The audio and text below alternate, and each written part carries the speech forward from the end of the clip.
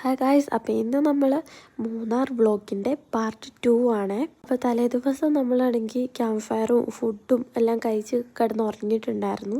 പിന്നെ പിറ്റേ ദിവസം നമ്മൾ കൊളുക്കുമലയിലേക്ക് രാവിലെ ട്രെക്കിങ്ങിന് പോയിട്ടുണ്ടായിരുന്നു. നമ്മൾ താമസിച്ച ടെൻറ്റിൽ നിന്ന് കുറച്ച് ദൂരം ഉണ്ടായിരുന്നു കൊളുക്കുമലയിലേക്ക് പോകാനായിട്ട്. സൂര്യനെല്ലിയിൽ എത്തിയിട്ട് വേണം നമുക്ക് കൊളുക്കുമലയിലേക്ക് പോകാനായിട്ട്. അപ്പം നമ്മളൊരു 5 മണിയൊക്കെ ആകുമ്പോൾ എങ്കിലും സൂര്യനെല്ലിയിൽ എത്തിയിട്ടുണ്ടെങ്കിലേ നമുക്ക് ജീപ്പ് കിട്ടുള്ളൂ. ജീപ്പിന് മാത്രമാണ് കൊളുക്കുമലയിലേക്ക് കടത്തി വിടത്തുള്ളൂ. വേറെ വണ്ടികളൊന്നും അലൗ ചെയ്യില്ല. അവിടുത്തെ വ്യൂ കാണണമെങ്കിൽ നമ്മൾ നേരത്തെ തന്നെ പോകണം. പിന്നെ ജീപ്പൊന്നും കിട്ടാണ്ടാവും ലേറ്റ് ആയിട്ടുണ്ടെങ്കിൽ.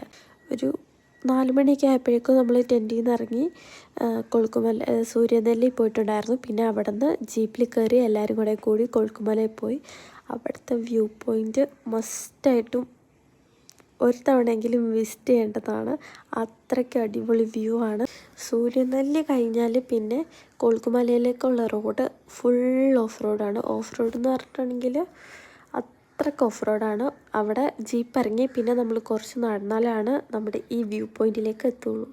ഇത് മസ്റ്റായിട്ട് ഒന്നെങ്കിലും വിസിറ്റ് ചെയ്യണം. ബക്കറ്റ് ലിസ്റ്റിലിട്ട് വെക്കേണ്ട ഒരു പ്ലേസാണ് മൂന്നാർ കൊളുക്കുമല. അങ്ങനെ വ്യൂ ഒക്കെ കണ്ടു കഴിഞ്ഞ് പിന്നെ നമ്മൾ നേരെ തിരിച്ച് സൂര്യനെല്ലിയിലേക്ക് പോയി.